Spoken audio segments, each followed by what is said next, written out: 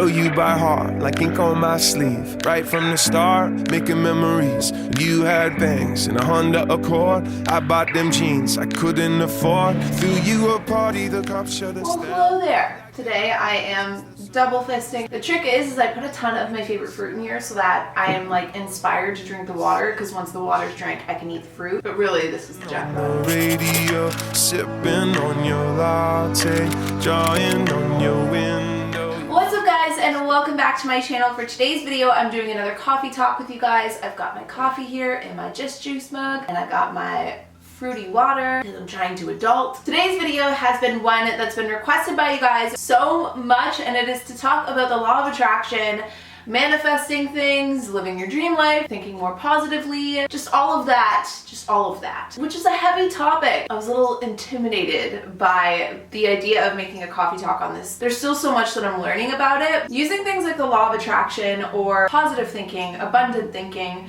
manifesting the things that you want in your life by visualizing them and then kind of setting an intention with them and then just creating action to call those things towards you. It's an idea or a concept that I've been into for a few years now. I feel like even just the fact that I'm sitting here in Toronto, but I look at Bentley, those are all things that I used to, visualize. Those are all things that I used to put on my vision boards. Those are all things that I was trying to attract to me in hopes that it would create a reality in the near future or the future in general. And it's for that reason that I feel so strongly about the law of attraction. That said, guys, I'm still such a newbie. I feel like there's still so much to learn, and I've only kind of scratched the surface when it comes to this stuff. But all in all, I think I've summed up a pretty good idea of my understanding of the law of attraction so far in my life. And if you want to grab a mug, we can sit down and have a chat about it. Part one. What exactly is the law of attraction? The law of attraction is the idea or concept that we attract to us that of which we focus on or think about. So the idea behind it is if you think more positively, if you think at a higher frequency, then you kind of draw more positive things or higher frequency things to you. Just like if you're thinking more negatively, you tend to draw more broody things or bad things towards you. For instance, like a really simple idea of that is, have you ever had like a bad day where something sets the tone of your day in the morning, and then it just kind of feels like everything that follows that one moment that put you in a bad mood, it just turns into like one of those worst days ever, even if it's just simple little things like spilling your coffee. And then there's also the example of those days where you wake up and you're just in such a good mood, and like everything just seems to happen so perfectly. That's like the better and happier example of the law of attraction. Everybody kind of has bad things that happen to them, but it's all about shifting your focus and shifting your perspective and almost tuning the frequency of your thoughts so that even though bad things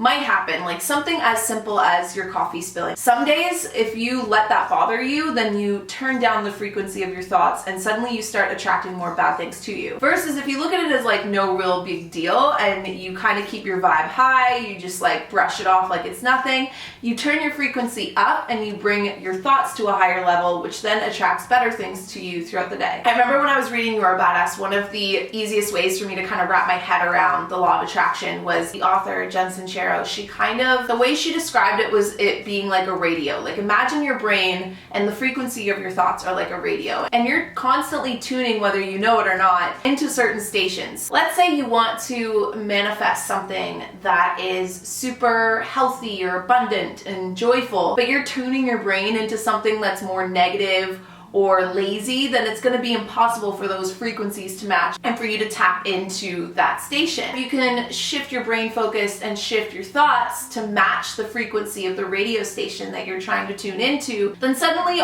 you're listening to healthy, abundant, joyful music. Does that make sense? If your thoughts are energy, then that means that every single thought that you think, which is a lot within a day, if all of those things are transferring energy even just within yourself, then it's going to have a bigger effect on you than you think. To me, everything has energy. Thoughts are energy, perspectives are energy, the way you interact with the world around you is energy. So what you think is ultimately what you create. So you could take the exact same situation and think about it two completely different ways, and one version of you could be a lot more open to receiving better things from life and the universe, and another version of you could be more doubtful and more afraid and less trusting, and for that reason you close your mind off to the opportunities that kind of just sit and wait for us stress to show up. You can literally change your reality at any given time. You can change your reality right now. However you felt coming into clicking this video, you can change your entire perspective on life in this split second just based on changing your thoughts. Real quick, I want to just like slide a note in there, because something that I used to get really frustrated about when I first started getting into things like the law of attraction was I would feel this like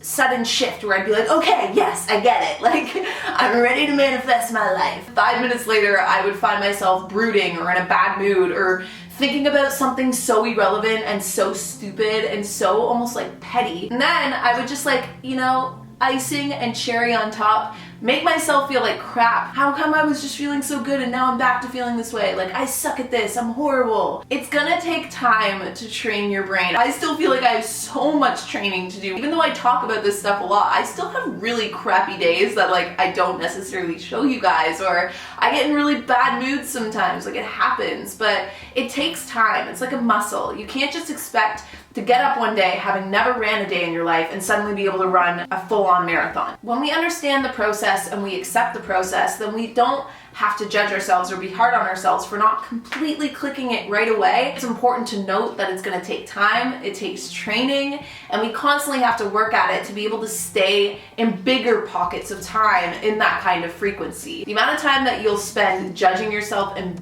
bashing yourself for getting out of that frequency just brings you down even lower. Instead, just be like, you know what? I'm catching myself right now. I'm in a bad mood. Don't need to be though. And then just like tune that frequency back up. Pay extra for some guac, go grab yourself a coffee, paint something. I don't know, do what you gotta do to just like shift yourself back. Because if you start now, if you think right in this second about everything in a more of a glass half full, or it's no big deal, if you literally just decide right in this second that that's what you're going to do, then your training has already begun and you're already starting to build those pathways in your brain that will dig deeper and deeper and make it easier for you to go to that conclusion faster than what you're used to or what your default mode is, which for a lot of us, our default mode is to either not be conscious of things around us at all, or to have a very negative context to everything that happens around us. Life is great, life is abundant, I don't need to be in such a cranky mood. That leads me to part number 2. How do you use it?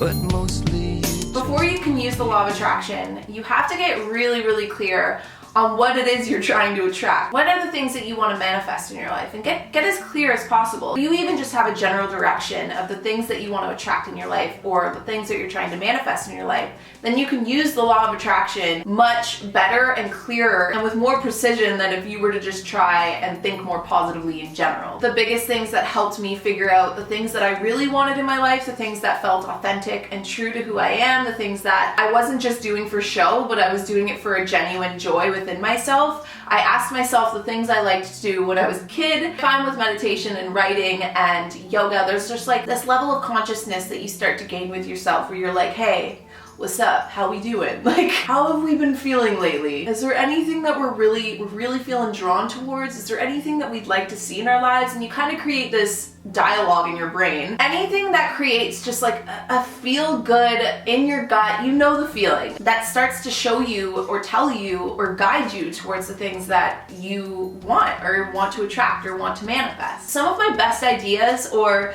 things that I didn't even realize I wanted until it hit me like a freight train happen when I'm doing even just small little things that bring me joy, like when I'm baking or when I'm singing in the shower, or cleaning even. Like, those are the moments that you need to start generating more of so that you know what you're actually trying to attract into your life. Think of the times that you've felt the most bliss, like the most happy, peaceful state of bliss. Was it when you were outside? Was it when you were biking? Is it when you're surrounded by the most important people to you or surrounded by your family? Is it when you're surrounded by dogs? Is it in warmer temperatures? Is it exploring and traveling? Is it something as simple as planting a garden in your backyard? Visualize yourself traveling, visualize yourself planting that garden, and see the kind of feeling that gauges within yourself. If you suddenly get so excited that you can't contain yourself, that's a pretty pretty good indication that might be the direction you want to start heading, or the frequency you want to start tuning into. Get so clear on the things that it is that you're trying to manifest, from big to small things, because even thinking about those things creates a feeling inside of you. And that feeling inside of you, when you get happy and joyful and excited and just have such a genuine intent to just enjoy your life and find some bliss, you're already starting to attract those things towards you and opening your brain to see the easier pathway to get to those things faster. And so now that you've tapped into the feeling or the frequency and you've tied it to things or ideas or hobbies that create more of that feeling, the next step is to go forth with actions. An author who put this in such a way that it literally shooketh me to my core was davidji. I just finished reading Sacred Powers, and in that book, one of the biggest things that I loved about it, there was a huge section where he talks about attention, intention, and then action. When it comes to the law of attraction, your attention should be drawn to the things that you do want in your life, not the things that you don't want in your life. So stop thinking about the things that you're afraid of and start thinking about the things that you would be excited for. That's your attention.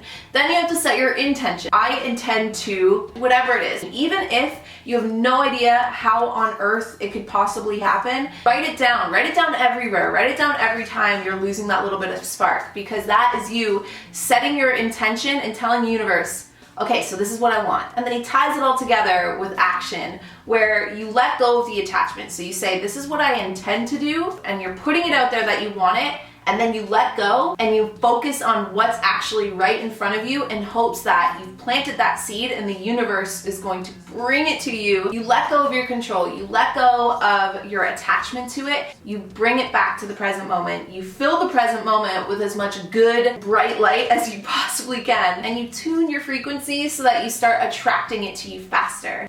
Hand gestures are very aggressive today. There is no way that any of this can work if you don't trust. If you even have the slightest bit of doubt, that'll create static in your frequency, and it'll constantly be calling you back to shift down, to doubt that you can do the things you want, to doubt that you can have the things you want, and then trying to prove to yourself by not having them that you were right all along. You don't want to listen to that. I trust the universe, I trust myself, I trust the timing of my life. Only 3 things that you'll ever need to trust to know that your life is exactly on the right path and bringing you to exactly what you want or what you need. Tap into the present moment with full, complete trust and faith in whatever is already lined up for you or what you're trying to line up for yourself, and you will find that things will start shifting and aligning without your need to like micromanage or control.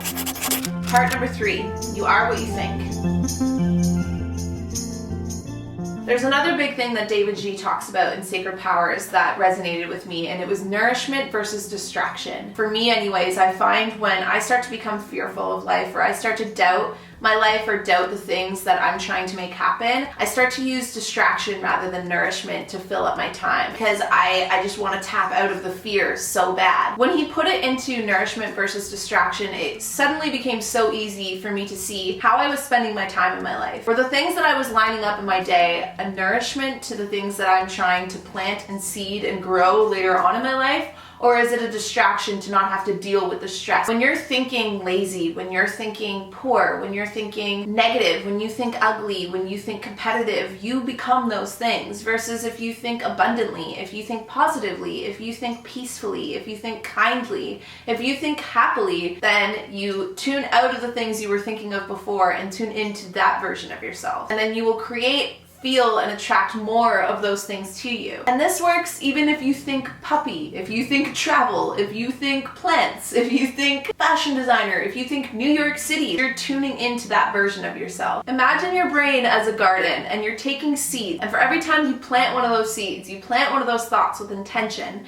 you can then water it with action, you can then water it with bringing yourself back to that intention, you can water it with nourishment, you can water it with doing things of high frequency that make you feel good and make the people around you feel good. The more you're watering those seeds, and the more that they'll start to sprout, they'll start to, grow, manifest into these massive giant sunflowers or tulips or whatever it is you plant in your brain. I'm planting succulents. Planting the seed, you're fertilizing it with your excitement. And then finally you get up and you jump into action and you start living your life with that feeling, with that intention, only to find that when you turn around, your freaking garden has bloomed. But it's not gonna bloom if you sit and you just stare at it. If you plant all these seeds and then you sit back and go, okay, Come on. You need to give it room to breathe. You need to give it room to grow. With just a little bit of faith and a little bit of trust, you will open yourself to opportunities and to mindsets that will set the tone and the course of your life. It won't come from force, and it won't happen if you resist. Don't try and attach to it, just let it happen. Enjoy the journey and just watch it unfold and learn the lessons you need to learn along the way, and bring yourself back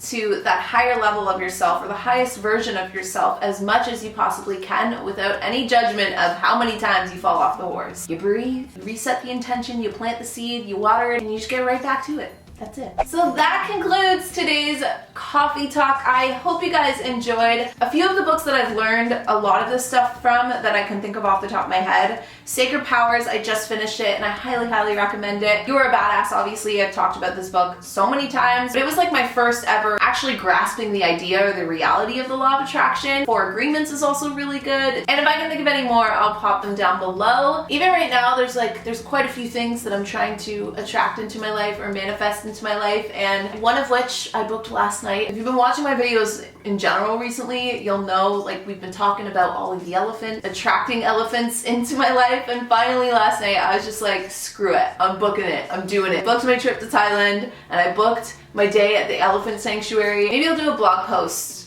kind of follow up to this video in a few weeks and just like talk more about it. I feel like I've been talking forever, so I'm gonna stop rambling. Leave a comment down below letting me know the things that you guys are trying to manifest or attract into your life, because I mean, realistically, even if nobody ever saw it, typing it out and making it physical, putting it into the physical realm, even doing that is shifting it closer to you. So definitely leave a comment down below and tell me what you guys intend to attract into your life. And last but not least, my final memo or note to bring to you guys is, if you guys didn't know this already, I released a date for the Coffee Talk podcast. So these Coffee Talk videos are turning into podcasts that will be going live every single Monday starting April 16th. There's gonna be more details soon, but just in case you didn't know that yet. So definitely check out my Twitter and my Instagram below if you guys wanna stay on top of the information for that. And there you have it. Thank you guys so much for watching. I love you guys to the moon and back. I hope you guys are all having a fabulous Sunday, and I will see you guys all on Wednesday. Gonna try and finish my water now.